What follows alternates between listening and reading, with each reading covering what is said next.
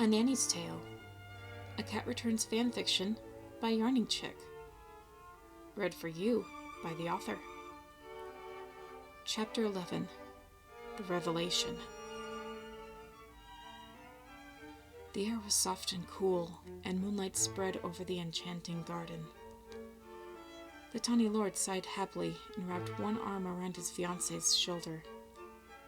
It truly is a magical night, isn't it, Louise? Yes, she commented, but her voice was strangely hollow. Baron looked down at her sharply. Darling, what's wrong?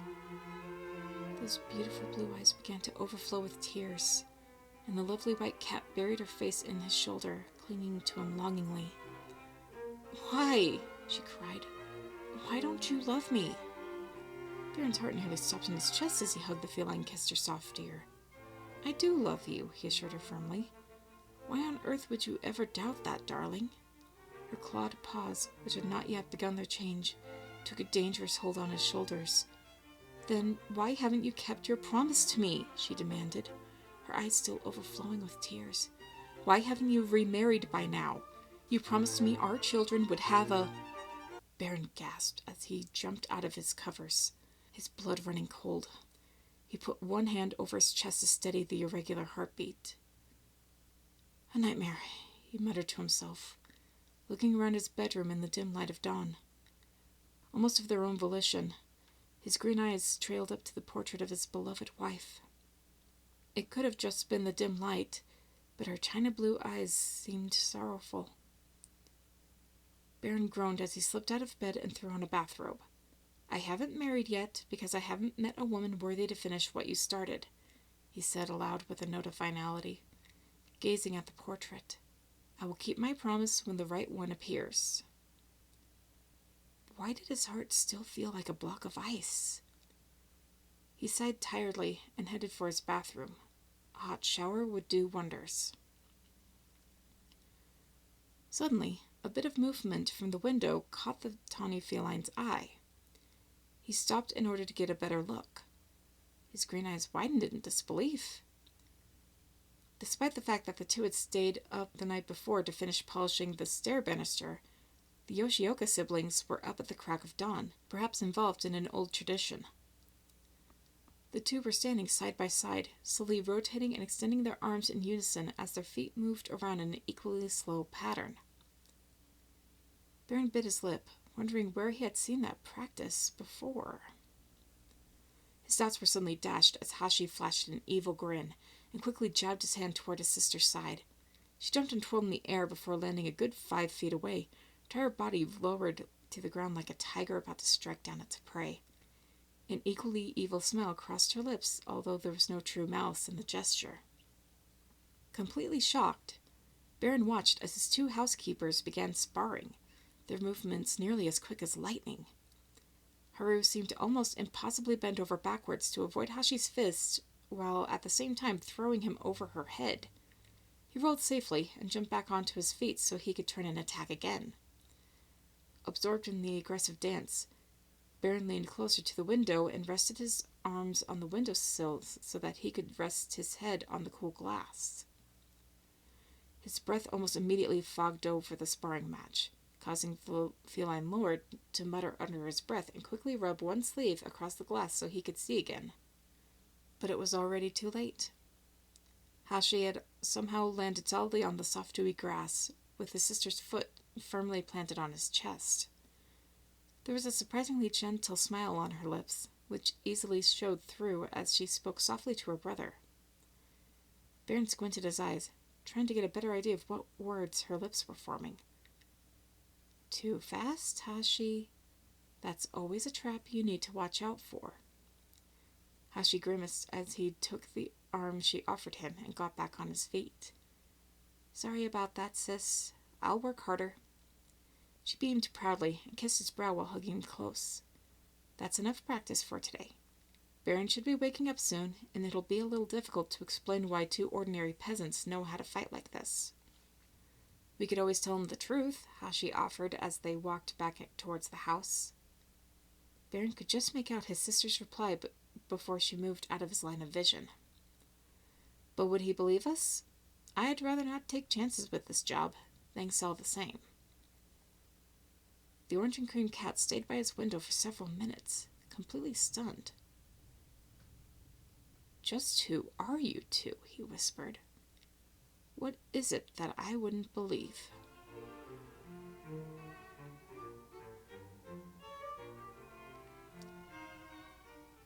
Hashi frowned at the sugary water angrily. For crying out loud, why won't it boil?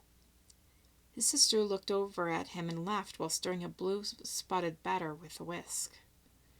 Why don't you go make sure that the kittens are up, she suggested. Tell them that breakfast will be ready by the time they get dressed and down here.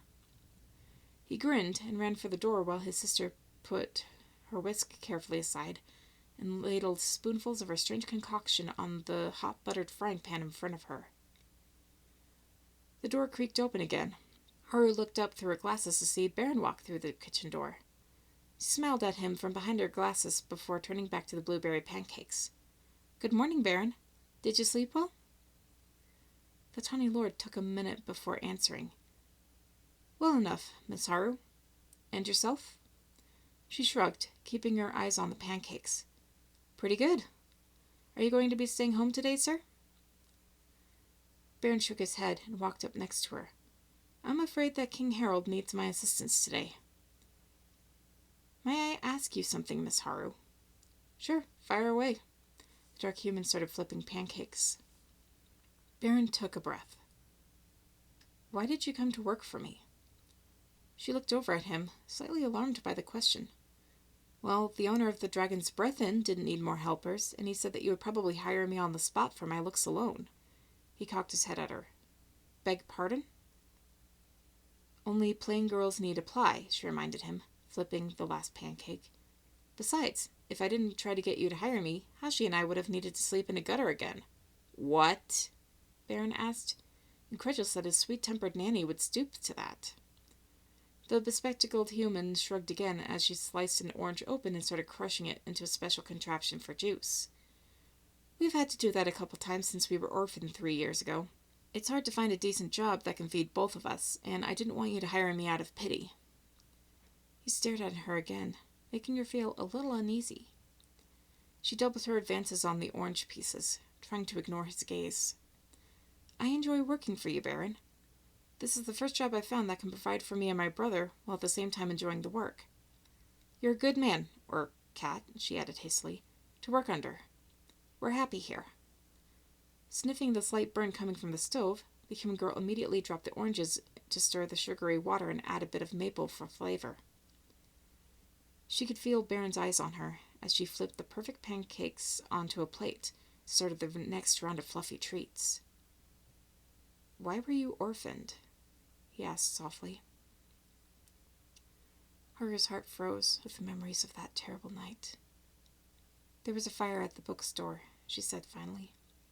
We lived above the shop, and our mother was sick in bed. Father was already dead by an accident 2 years before. Hashi and I were out getting medicine for Mother, and when we came back, the house was in flames. Some friends managed to keep us from going in to rescue our mother. We couldn't stay in that town afterwards, so we left.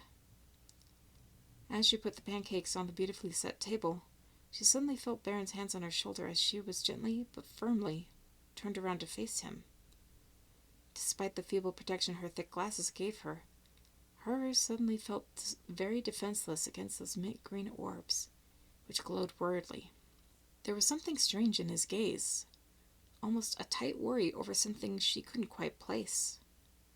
The more Haru looked into those deep, glorious eyes, the more she seemed to fall into them, almost like she was going into a hypnotic trance that she may well never break from.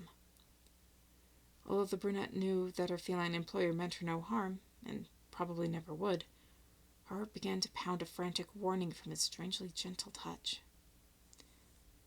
How did the fire get started? He asked persistently, unwittingly snapping her out of her silent trance.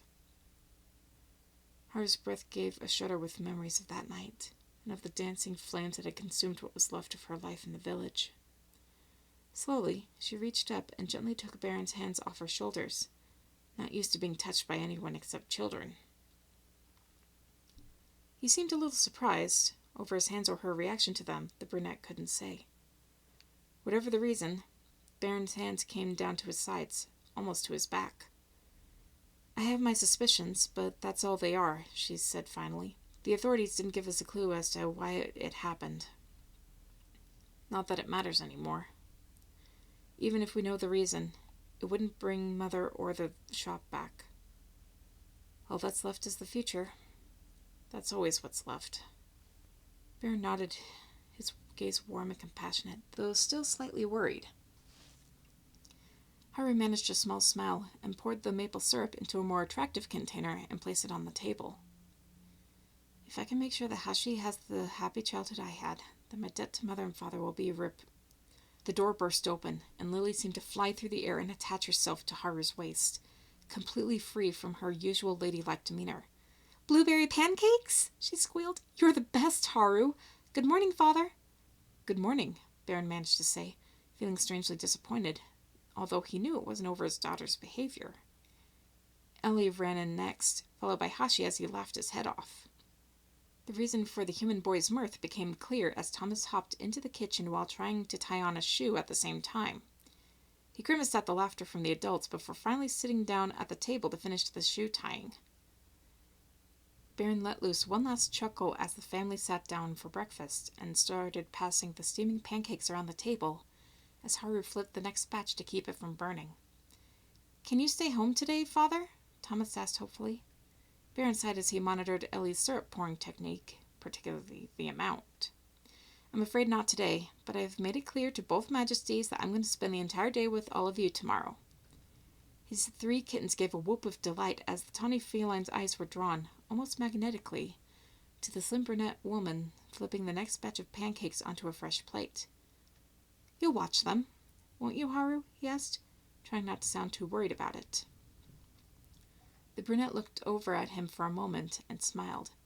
There was a slight trace of irony to the gesture, one that wasn't lost on the feline lord. "Trust me, Baron. Anyone that tries to harm your kittens will have to go through me first." She bet back an equally ironic laugh while placing the plate next to Hashi and Allie. "I may not look like it, but I can be pretty intimidating when I set my mind to it. Your children are safe with me. You should know that by now." Baron smiled with relief and sipped the fresh tea she had prepared for him. It wasn't like his, but it was still surprisingly good. "That's all I needed to hear. Thank you, Haru." Perhaps without realizing it, he had dispensed with the usual "miss" while addressing her. Haru noticed, though, and she couldn't help but wonder if there was some significance to the loss.